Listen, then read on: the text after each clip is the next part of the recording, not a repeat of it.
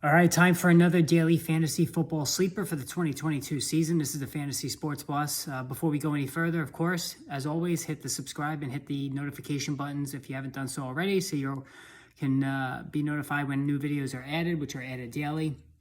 Wanted to talk about Christian Kirk today.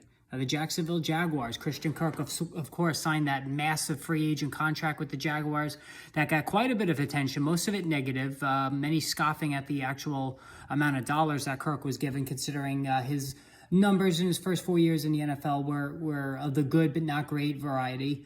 But Kirk parlayed a decent 2021 season when he caught over 70 passes for 900 plus yards and a handful of scores into big payday with the Jaguars, who are looking for a number one wide receiver for Trevor Lawrence. Of course, last year's Trevor Lawrence struggled badly under Urban Meyer. The whole fiasco, the whole circus that was Urban Meyer's half season with the Jaguars, just an utter disgrace all the way around. Nobody can blame Lawrence for the chaos that really enveloped him during his rookie season. It was very unfair for Lawrence. And not only that, he didn't have the weapons. Travis Etienne missed the entire season with a Lisfranc injury, his buddy there from Clemson. Marvin Jones, solid but far from a spectacular receiver.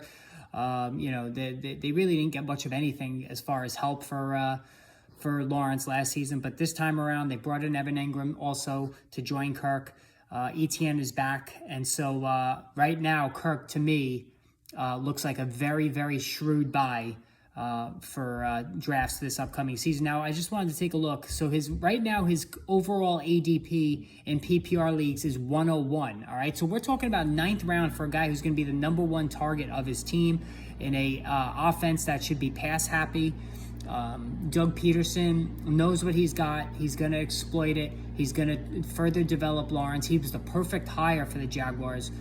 He's really going to get Lawrence up to speed. And what we've already seen in the last preseason game especially is that Kirk is very heavily targeted. They are scheming Kirk open. He had 8 targets, 5 catches for 54 yards in the 16-15 loss to the Pittsburgh Steelers a couple of days ago. 4 years, $72 million contract. Kirk is being paid to be a wide receiver one, and the Jaguars are going to do everything they can to make him a wide receiver one. And again, this is a guy who you can get in the 9th round who can make a run, believe it or not, at 100 catches. I actually really believe that's in play. Now, if you want to be safe, we can go 85 to 90 catches for Kirk this season, over 1,000 yards. The touchdowns, I would say to be safe, probably in the 6 to 10 range. Maybe 8 is what I would say for Kirk in terms of touchdowns. Nothing earth-shattering there.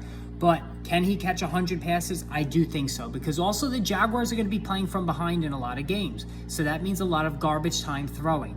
All right, a lot of hurry-up offense down the stretch of games as they're trying to play catch-up, and that means Lawrence to Kirk is going to be a thing.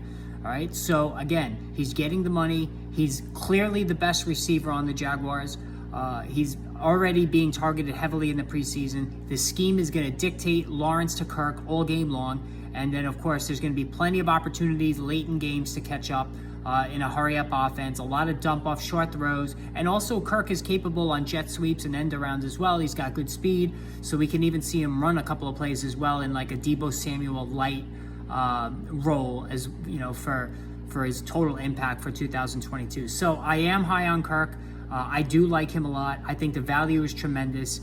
He's kind of a forgotten guy. And again, he was solid with the Cardinals, but there were a lot of receivers, during his tenure with the Cards. There were a lot of different options for Kyler Murray. And Kirk, it made it difficult for him to stand out totally.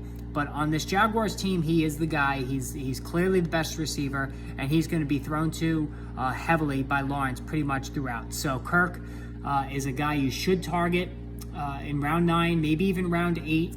If you stock up on your running backs and, a couple of receivers prior to that, if you have Kirk as your wide receiver 3, he could perform like a wide receiver 2.